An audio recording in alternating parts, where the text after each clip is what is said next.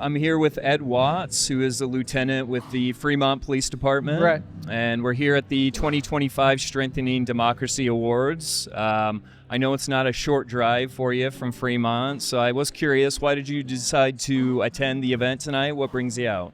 Well, first I got an email that I was getting an award. Sure. Honorable mention, I believe, in the community builder category. I couldn't pass up the opportunity to be here. I felt like if I was getting nominated an award for this organization that I should be here. Sure. Honestly, I have not heard of the organization until I got the email. But reading about it a little bit, I was interested and wanted to come see what it was about. Sure.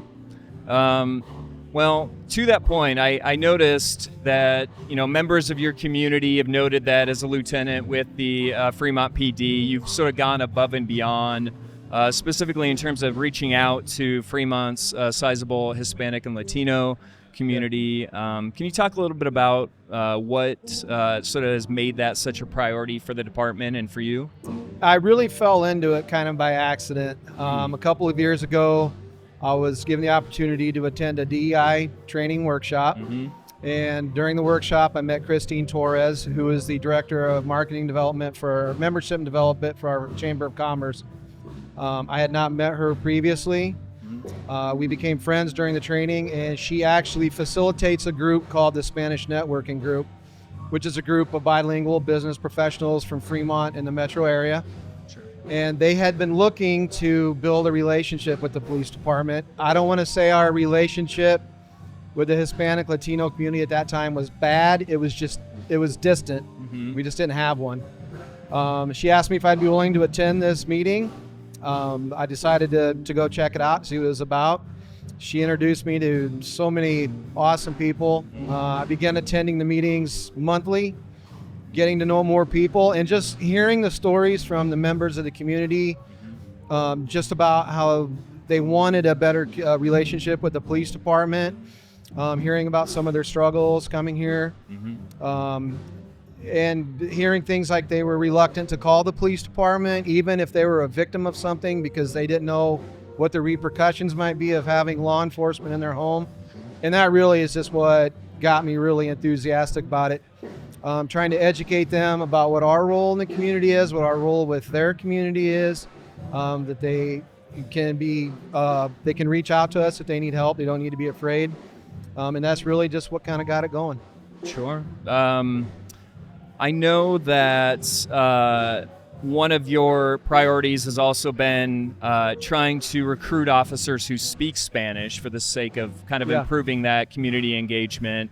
And that when you sort of struggled to recruit some of those officers, you took it upon yourself to recruit Spanish-speaking volunteers from the community to serve as translators at potential crime scenes. What was that process like, and what, if anything, has it taught you about working with the community? The interpreters, I was fortunate because getting involved with the Spanish Networking Group gave me an opportunity to be out in front of a large group of bilingual individuals to say, hey, here's what we're looking for help at the police department. And so many of them wanted to get involved because they see the benefit of having a bilingual person come to our police department when we're dealing with someone who doesn't speak English. And for us, it's such a huge benefit. We have a language line that we can use on a telephone, but especially if we're dealing with, say, a woman who's been a victim of domestic assault, who speaks Spanish, it is so beneficial for us to have a bilingual speaking woman in the room with her to help calm her down, help her get through the interview process. So really for me, it was just going to the Spanish Network Group meetings, talking about what we need. And then some of the people at the meetings were relatives of individuals who were looking to get into police work. So really, it was the networking and the relationship building that has helped with the recruiting, not just going to career fairs or putting an ad on Facebook, because a lot of people don't see those things. So really, word of mouth has been very beneficial for us. Sure, it's very cool. I know that you've also become involved with the Fremont Area Chamber of Commerce. Right. What made you decide to join or get involved, and how do you think that decision has maybe helped improve relations between law enforcement and the Fremont community at large? They've been invaluable for us. Again, meeting Christine Torres, She kind of helped me get my foot in the door, meeting the other the staff for the Chamber of Commerce. They were doing so many things for the businesses in Fremont that we didn't even know about. Things like ribbon cutting ceremonies, or just arranging coffee in the morning at some business. So many of them were businesses that the police department just never had a reason to go to. Yeah. They weren't calling for services from us. They just kind of helped us meet people, start networking. I mean, it was kind of funny that, the first time police officers started going to some of these events, I would find out later that the owners were asking the girls from the chamber, why are the police here? They've never been here. I've never seen them in my business. Right. We've had other events. They weren't here. So it's giving the officers an opportunity to learn about businesses in Fremont that we weren't aware of.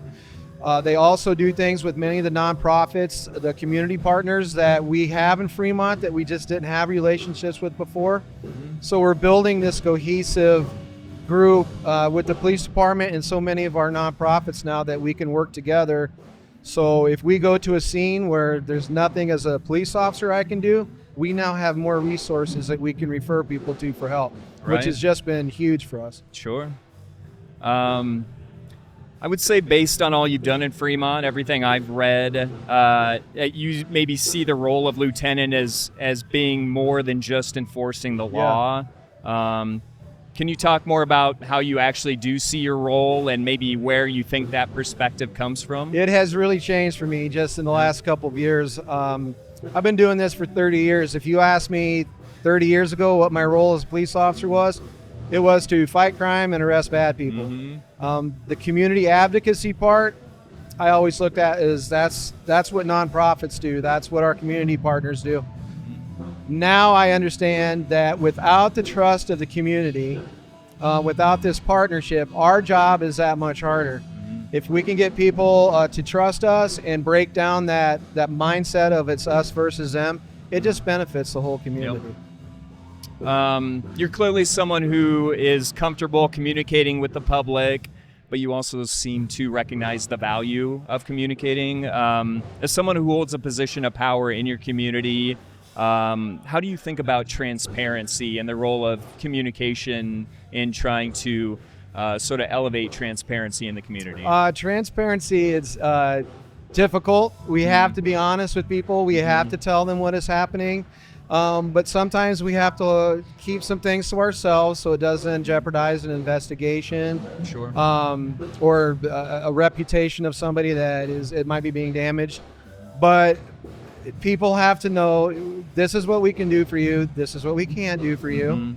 And just being honest with them. I think for a lot of people at the police department, there's always that little feeling of distrust that we're the thin blue line.